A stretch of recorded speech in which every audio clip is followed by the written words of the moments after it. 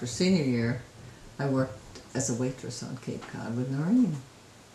And as she reminded me some years ago, remember we stayed in a lady's house. We had a room in a lady's house, and she remember we paid $12 a week for our room. Oh, that was a good deal. We had fun.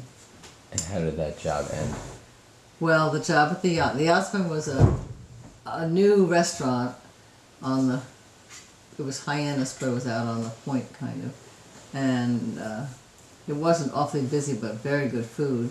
And we worked there, and Noreen, we had a chef who had a bit of a temper, but I could get along with him. But Noreen also had her Irish temper, and she was late. They had a few run-ins, and she was late for breakfast one day, and he said, "You're fired." And when he said that, I said, "Well, if she's fired, I'm leaving too," because that's what I thought a good friend was. So then we were both out of work.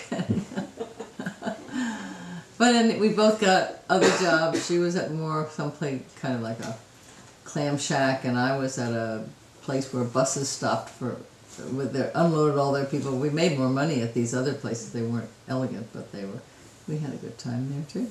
Lots of fun. Well, it sounds like by the time you were 21, you were probably one of the more well-traveled 21-year-olds around.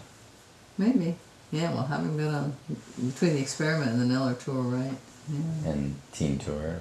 And Teen Tour, right. Because people didn't travel then like they do now. Although, my grandmother, Grandy, had traveled lots of places. Her parents took her out of school and took her around the world in those days, back in late 1800s, I guess.